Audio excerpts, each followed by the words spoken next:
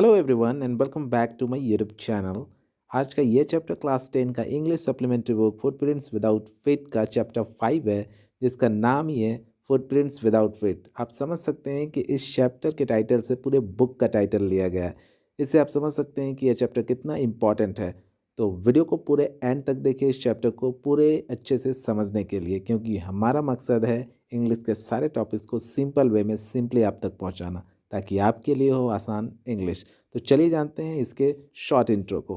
Can a man become visible? This is story of a scientist who discovers how to make himself invisible. Does he use or misuse his discovery? क्या एक आदमी अदृश्य हो सकता है? यह कहानी एक साइंटिस्ट की है जो ये खोजता है कि वह खुद को इनविजिबल कैसे बनाता है। क्या वो इस खोज का सही इस्तेमाल करता है या गलत? इसी के बारे में आज हम इस इंटरेस्टिंग स्टोरी में जानने वाले हैं। तो वीडियो में पूरे अंत तक बने रहें। चलिए शुरू करते हैं वीडियो को। Let's start with the first paragraph. The two boys started in surprise at fresh muddy imprints of a pair of bare feet. दो गंदे खाली पैरों के निशान पर दो बच्चे काफ़ी हैरान थे। What was a barefoot man doing on a step of a house in middle of London? London के बीचों बीच एक घर के सीढ़ियों पर एक खाली पैर का इंसान क्या कर रहा था? And where was the man? और वो इंसान कहाँ था? As they gazed, a remarkable sight met their eyes. Gauge मतलब होता है घूरना, देर तक देखना। जैसे ही वो घूरे, एक अजीब सा दृश्य उन्हें दिखा। A fresh footprints appeared from nowhere. ना जाने कहाँ से एक पैरों के निशान बिल्कुल नया उभर आया। अचानक उन्हें एक नया पैरों का निशान बनता हुआ दिखा। Further footprints followed, one after another, descending the steps and progressed down the street. और इस तरह एक फुटप्रिंट्स, एक पैरों के निशान के बाद दूसरा पैर, ऐसे करके निशान पर निशान बनता गया और वो निशान सीढ़ियों से उतरता गया और गली में आगे बढ़ता चला गया नीचे। The boys followed, fascinated, until the muddy impressions became fainter and fainter and at last disappeared altogether. और ये लड़के हैरान होकर उनके पीछे गए तब तक जब तक कि ये कीचड़ के निशान धीरे धीरे फीका पड़ता गया। फैंटर मतलब होता है फीका पड़ना, धुंधला होना, और अंततः वह निशान बिल्कुल गायब हो गए। The explanation of the story was simple enough. इस रहस्य के पीछे जो घटना थी वो बेहद आसान था। The bewildered boys had been following a scientist who had just discovered how to make human body transparent. और दो लड़के एक साइंटिस्ट का पीछा कर रहे थे जो अभी अभी डिस्कवर किया था कि एक इंसानी शरीर को पारदर्शी कैसे बनाया जाए। बेविल्डर्ड मतलब होता है आश्चर्यचकित और ट्रांसपेरेंट मतलब होता है पारदर्शी, जिसके आसपास आप देख सकें। Griffin, the scientist, had carried out experiment after experiment to prove that the human body could become invisible. Griffin जो कि एक साइंटिस्ट है, वो एक्सपेरिमेंट पर एक्सपेरिमेंट करता है इससे प्रूफ करने के लिए कि इंसानी शरीर को अदृश्य बनाया जा सकता है। Finally, he swallowed certain rare drugs and his body became as transparent as a sheet of glass, though it also remained as solid as glass. और अंततः वो साइंटिस्ट एक निश्चित और दुर्लभ खास तरह का दवा को जो है वो निगल जाता है। स्वेलो मतलब होता है गटकना, निगलना, और निगलने के साथ ही उसका पूरा बॉडी एक शीशे के जैसा पारदर्शी हो जाता है, हालांकि एक शीशे के जैसा ठोस भी रहता है। ब्रिलियंट साइंटिस्ट दो he was, Griffin was rather a lawless person. Griffin हालांकि एक बहुत ही ब्रिलियंट साइंटिस्ट था, लेकिन वह एक कानून का विरोध करने वाला इंसान था, मतलब अपराधी किस्म का इंसान था, कानूनों को नहीं मानता था। His landlord disliked him and tried to eject him. उसका मकान मालिक उससे पसंद नहीं करता था और कई बार उसे बाहर निकालने का कोशिश किया। In revenge Griffin set fire to the house. और गुस्से में, बदले की आग में, ग्रिफिन ने उस घर पे आग लगा दिया। To get away without being seen he had to remove his cloth. और बिल्कुल बचकर, बिना दिखे बचकर निकलने के लिए वह सारे कपड़े उतार फेंका था। Thus it was that he became a homeless wanderer without clothes, without money, and quite invisible until he happened to step in some mud and left footprints as he walked. और इस तरह से वो एक बेघर भगौड़ा बन जाता है। वंडरर मतलब होता है घूमना, भागते फिरना। और इस तरह से वो होमलेस भगौड़ा बन जाता है जिसके पास ना तो कपड़े हैं ना पैसे हैं और वो पूरी तरह अदृश्य है। और अचानक वो जाके कीचड़ पे एक पैर रख देता है और तभी से वो कीचड़ से निकल के जब वाप घूमता है तो उसके पैरों के निशान पड़ते जाते हैं। और यहीं पे स्टोरी की शुरुआत में बच्चे उन्हें उस खाली पैर के कीचड़ वाले निशान को देखते हैं। तभी नेक्स्ट बढ़ते हैं। He escaped easily enough from the boys who followed him footprints in London. और जो बच्चे उन्हें उनके पैरों के निशान को फॉलो कर रहे थे उनसे तो आसानी से लंदन में बच के निकल गया। But his adventures were by no means over. लेकिन उसका इस खतरे का सफ़र, ये जोखिम भरा सफ़र ख़त्म नहीं हुआ था, ओवर नहीं हुआ था। He had chosen a bad time of the year to wander about London without clothes. और वो पूरे साल का लंदन में बिना कपड़े का घूमने का ये सबसे बुरा दौर को चुना था। मतलब पूरे साल में ये सबसे बेकार समय था जब वो बिना कपड़ों का लंदन में घूम रहा था। It was mid winter. क्यों? क्योंकि वह जाड़े का मौसम का बिल्कुल बीच का मौसम था। जाड़े का बिल्कुल बीच का मौसम था। There was bitterly cold and he could not do without clothes. क्योंकि हवा बहुत ज़्यादा, हवा में ठंड थी, काफ़ी ठंड था और वो बिना कपड़ों का काम नहीं चला सकता था। कैन नॉट डू विदाउट मतलब काम नहीं चलना, मतलब कोई भी प्रॉब्लम जिंदा नहीं रह पाएगा, इतना ज़्यादा ठंड है वो। Instead of walking about the streets he decided to sleep in to a big London store for warmth. और इधर उधर गलियों में घूमने के बजाय वह तय किया कि किसी लंदन स्टोर में बॉडी को गर्म करने के लिए अचानक से छिप जाए, स्लीप कर मैंने चुपचाप स्लीप करके आराम से घुस जाए। Closing time arrived and as soon as the doors were shut Griffin was able to give himself the pleasure of clothing and feeding himself without regard to expense। और जैसे ही बंद करने का समय आया स्टोर को, वैसे ही जैसे ही क्लोजिंग टाइम आता है, दरवाजे जैसे ही बंद होते हैं, ग्रिफिन जो है वो कपड़े और खाने से अपने आप को खुश कर लेता है। मतलब खूब कपड़े पहन लेते हैं और खाने का लिए भी खूब उसे मिल जाता है बिना एक्सपेंस का। He broke open boxes and wrappers and fitted himself out with warm clothes। वह बॉक्स को तोड़ता है और रैपर्स को भी खोलता है और उससे सारे कपड़े जो है वो पहन लेता है। Soon with shoes and overcoat and a wide brimmed hat he became a fully dressed and visible man। और जल्द ही जूते पहन लेता है, ऊपर से ओवरकोट पहन लेता है, एक गोल हैट पहन लेता है, टोपी पहन लेता है और पूरी तरह वो एक ड्रेस्ड इंसान बन जाता है। मतलब पूरा दिखने लायक, अब वो दिखने लगता है इंसान के रूप में क्योंकि सारे ड्रेस पहन लेता है और पूरा ड्रेसिंग करके ड्रेस्ड पर्सन बन जाता है, कपड़े वाले इंसान। In the kitchen of the restaurant, he found cold meat and coffee, and he followed up the meal with sweets and wine taken from the grocery store। और किचन रेस्टोरेंट में, kitchen area के restaurant में वो cold meet मिलता है उसे और coffee मिलता है और इसके साथ साथ वो स्वीट्स और वाइन भी ग्रोसरी स्टोर से ले लेता है और खाता है। Finally settle down to sleep on a pile of quilts. और अंततः वह गद्दों का एक जो किल्स हैं, पाइल्स हैं, मतलब ढेर हैं, उस पे वो आराम से सेटल डाउन हो जाता है, मतलब बैठ जाता है सोने के लिए। If only Griffin had manage to wake up in good time all might have been well. अब यहाँ सिर्फ ग्रिफिन को सही वक्त पे उठने का ज़रूरत था, बस सही पर उठ जाता तो सब कुछ ठीक होता। एज इट वॉज, जैसा कि हुआ, he did not back up until the assistants were already arriving next morning. और वह सही वक्त पर बिल्कुल नहीं उठ पाया, तब तक सारे असिस्टेंट्स दुकान के ऑलरेडी अगले दिन आ रहे थे। When he saw a couple of them approaching, he panicked and began to run। और जब वह उनमें से कुछ लोगों को आते हुए देखे अपने तरफ, तो वो अचानक से घबरा जाता है और दौड़ना शुरू किया। दे नेचुरली गेव चेस।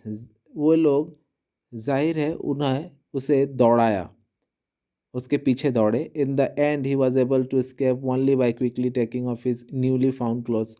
और अंततः उसे अपने नए कपड़े को फिर से जल्दी से खोलकर फेंकना पड़ा उससे बचने के लिए।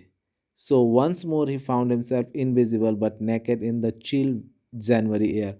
और इस तरह फिर से वो एक बार जनवरी के इस कड़कड़ाती ठंड में पूरी तरह नंगा हो जाता है और अदृश्य हो जाता है। This time he decided to try the stock of a theatrical company in the hope of finding not only clothes but also something that would hide the empty space above his shoulders. और इस बार वो decide किया कि theoretical company के कुछ stock try करते हैं, मतलब वहाँ के कुछ कपड़े ट्राई करते हैं। स्टॉक मतलब वहाँ रखे हुए कुछ कपड़े ट्राई करते हैं, इस उम्मीद से कि इस बार मैं सिर्फ कपड़े ही नहीं पहनूंगा बल्कि हमारे शोल्डर के ऊपर मतलब कंधे के ऊपर के हिस्से को, मतलब गर्दन से लेकर आपका फोरहेड तक के हिस्से को भी वो ढकेगा, ऐसा वो डिसाइड करता है। Shivering with cold he hurried to Drury Lane the centre of the theatre world. और ठंड से कांपता हुआ वह ड्यूरीलैंड पहुंचता है जो थिएटर वर्ल्ड का बिल्कुल सेंटर पॉइंट होता है, मतलब वहीं सारे थिएटर्स की कंपनीज होती हैं, वहाँ वो पहुंच जाता है। ही सुन फाउंड अ सुटेबल शॉप। और वहाँ जाके ही उसे एक उपयुक्त दुकान मिला। He made his way invisible upstairs and came out a little later wearing bandages around his forehead, dark glasses, false nose, big bushy side whiskers and a large hat. और वो किसी तरह अपना जगह बनाता हुआ अदृश्य होकर ऊपर सीढ़ी में चढ़ता है और कुछ देर बाद वो आता है एक बैंडेज पहन के, जो बिल्कुल उसका गर्दन से लेकर उसके फोरहेड तक, ललाट तक बैंडेज किया हुआ था, और एक डार्क ग्लास काला चश्मा भी पहने हुए था, एक नकली नाक भी लगा लिया था, और एक बहुत ही बुशी मतलब एक झाड़ीदार, मतलब दोनों तरफ से एक नकली मूछ भी लगाया था जिसमें दोनों तरफ काफ़ी बाल थे। बिग बुशी, बुशी मतलब होता है झाड़ीदार जिसमें बहुत सारे बाल होते, तो मूछ काफ़ी लंबे लंबे मूछों वाला बाल जो है वो नकली मूछ लगा लिया था। एंड और एक बहुत बड़ा टोपी भी लगाया था। To escape without being seen, he carelessly attacked the shopkeeper from behind, after which he robbed him of all the money he could find. और बिना उसे दिखाई दिए उस भागने के लिए वो क्या करता है, बुरी तरह उस दुकानदार पर अटैक कर देता है, प्रहार कर देता है पीछे से, और फिर उसके पास जितने भी पैसे रहते हैं वो उसे लूट लेता है, और फिर जितना लूट सकता है वो लूट लेता है, और फिर उसे वहाँ से वो भाग जाता है। Eager to get away from crowded London, he took a train to the village of Epping, where he booked 2 rooms at the local inn.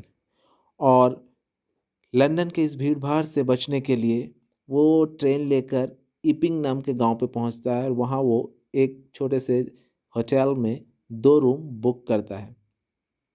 The arrival of a stranger eight in winter was in any case N unusual event.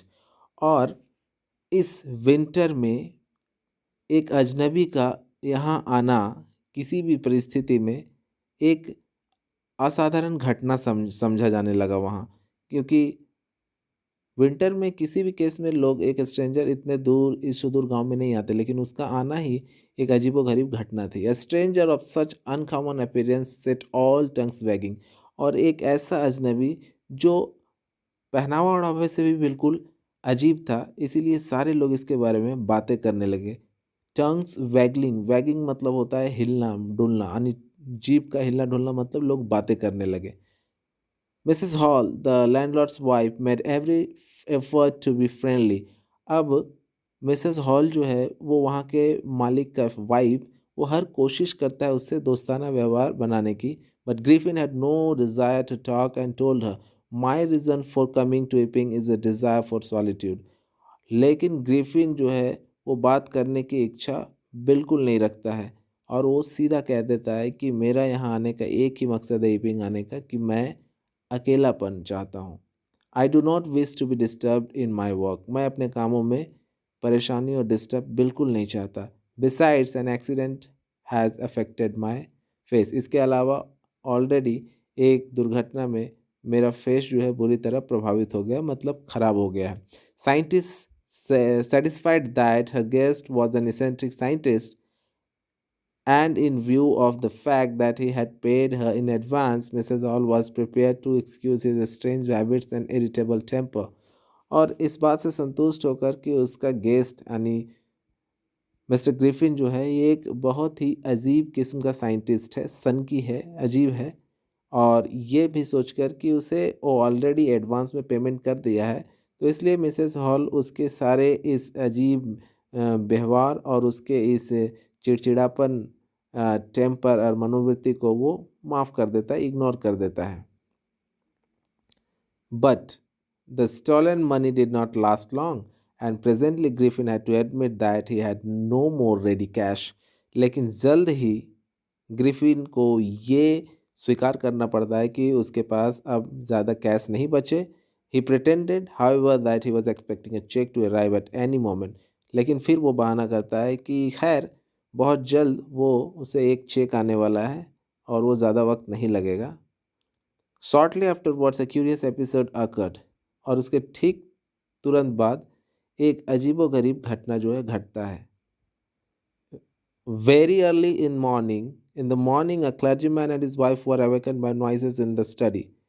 अब बहुत सुबह सुबह, एकदम सुबह सुबह, एक clergyman मतलब पंडित पुजारी और उसका एक पत्नी, वो दोनों अचानक जो है अपने स्टडी रूम का में आवाज़ आती है और उस आवाज़ से वो लोग जाग उठते हैं. Creeping down stair they heard the chink of money being taken from the clergyman's desk. और जैसे वो सीढ़ियों से धीरे धीरे नीचे उतर रहे थे, उन्होंने क्या सुना कि पुजारी के डेस्क से पैसे को चुराने की आवाज़ आ रही है. चिंक ऑफ मनी मतलब पैसे को चुराने की आवाज़ तो उन्हें सुनाई देती है. Without making any noise and with a poker grasped firmly in his hand, the clergyman flung open the door. Surrender. और बिना किसी आवाज़ का हाथ में एक लोहे का रॉड काफ़ी मजबूती से पकड़ता हुआ वो पंडित जोर से उछलता है दरवाजे को खोलकर और कहता है, गिरफ्तार हो जाओ, हाथ को ऊपर कर लो, surrender. And then to his amazement, he realized that the room appeared to be empty. अब उसका आश्चर्य का ठिकाना नहीं रहता है जब उसे यह एहसास होता है कि पूरा रूम जो है वो खाली था. He and his wife looked under the desk and behind the curtains and even up the chimney. वह और उसकी पत्नी दोनों ने डेस्क के नीचे देखा, पर्दे के पीछे देखा और यहाँ तक कि चिमनी में भी देखा. चिमनी वेस्टर्न कंट्रीज़ के घर में किसी कॉर्नर में बिल्कुल होल कर दिया जाता है जिसके ऊपर से धुआं निकलता है, क्योंकि वहाँ ठंड प्रदेश है, लोग वहाँ फायर प्लेस रखते हैं तो उससे स्मोक निकलने के लिए एक होल छोड़ा जाता है घर के किसी एंगल में, उसे कहते हैं चिमनी. तो वहाँ भी देखते हैं तो वहाँ भी कोई नहीं रहता. There wasn't a sign of anybody. किसी भी व्यक्ति का कोई निशान नामो निशान नहीं होता. At the desk had been open and the housekeeping money was missing.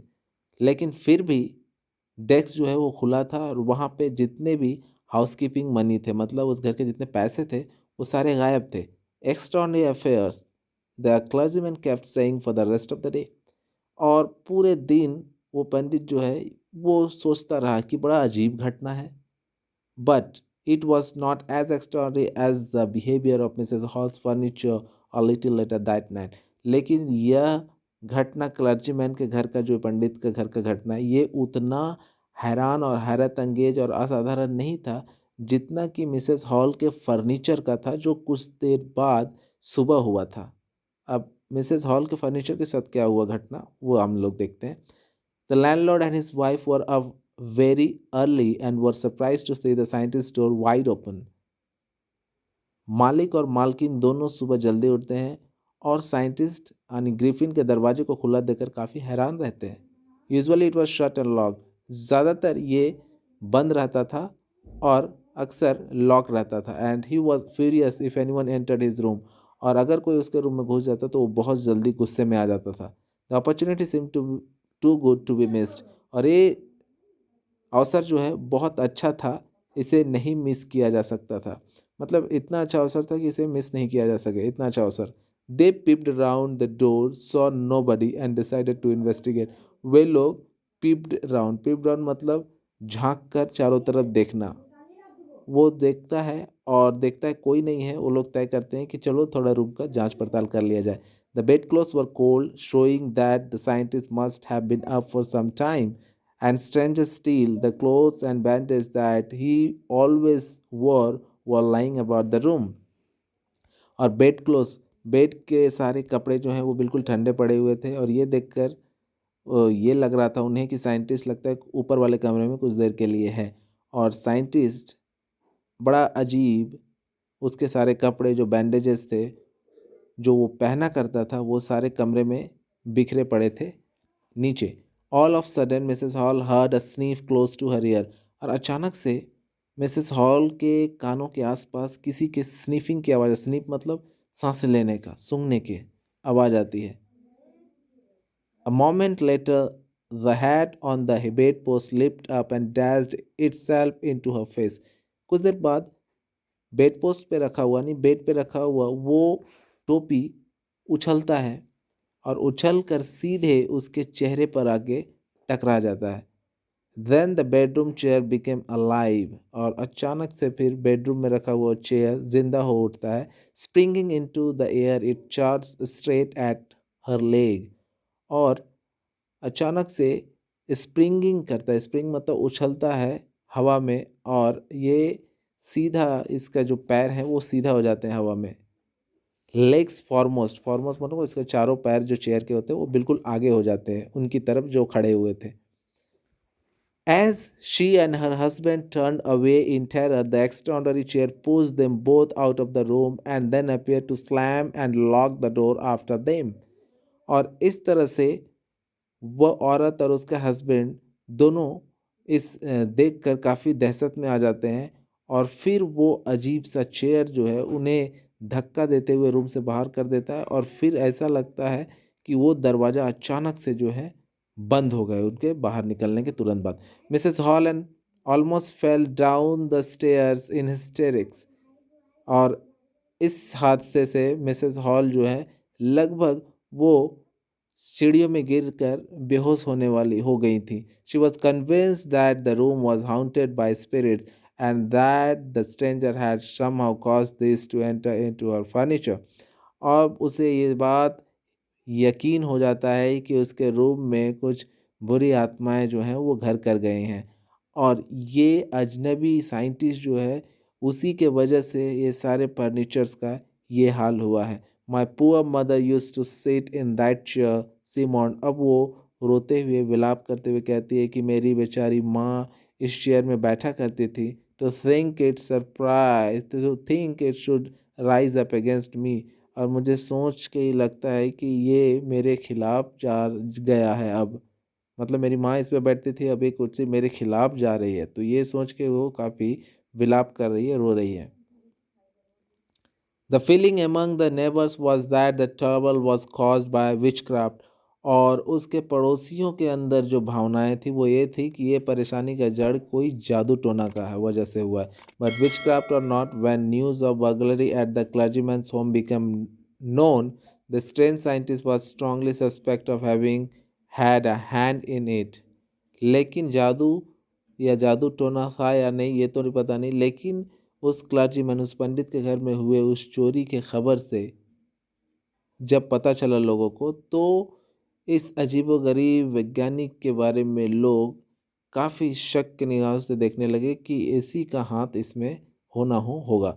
Suspicion grew even stronger when he suddenly produced some ready cash, though he had admitted not long before that he had no money. और ये जो शक है वो और भी strong हो गया तब जब वो अचानक से पैसे जो हैं वो रेडी कैश जो है वो दिखा देता है, निकालता है पैसे। हालांकि कुछ देर पहले वो ये मतलब ये एडमिट किया था, इस बात को माना था कि उसके पास अभी कैश पैसे नहीं है, पर अचानक से जब पैसे निकाले तो वो उसका जो शक है और बढ़ गया लोगों का उस पर। The village constable was secretly sent for. Instead of waiting for the constable, Mrs. Hall went to the scientist who had somehow mysteriously appeared from his empty bedroom. और विलेज कांस्टेबल को चुपचाप भेजा गया, लेकिन उस कांस्टेबल का इंतज़ार करने के बजाय मिसेस हॉल जो है वो डायरेक्ट साइंटिस्ट से पास जा गई, जो अचानक से कहीं से निकल आता है उस खाली बेडरूम से। I want to know that you have been doing to my what you have been doing to my chair upstairs. मैं ये जानना चाहती हूँ कि तुम मेरे चेयर के साथ क्या किए हो। सी डिमांडेड, वह पूछती है। And I want to know how it is you came out of an empty room and how you entered a locked room. और मैं ये भी जानना चाहता हूँ कि तुम कैसे इस खाली रूम से बाहर आते हो और फिर कैसे इस बंद रूम के अंदर चले जाते हो। Then scientist was always quick-tempered. Now he became furious. You don't understand who and what I am, he shouted. Very well, I'll show you. और इस पर वो साइंटिस्ट बहुत जल्दी गुस्सा हो जाता है, क्योंकि वो बहुत सन की होता है, जल्दी से गुस्सा होने वाला होता है, और इसीलिए वो गुस्सा हो जाता है और वो कहता है, तुम्हें समझ नहीं आता मैं कौन हूँ और क्या हूँ, चिल्ला के कहता हुआ, और कहता है ठहरो मैं तुम्हें दिखाता हूँ। Suddenly he threw up bandages, whiskers, spectacles and even knows.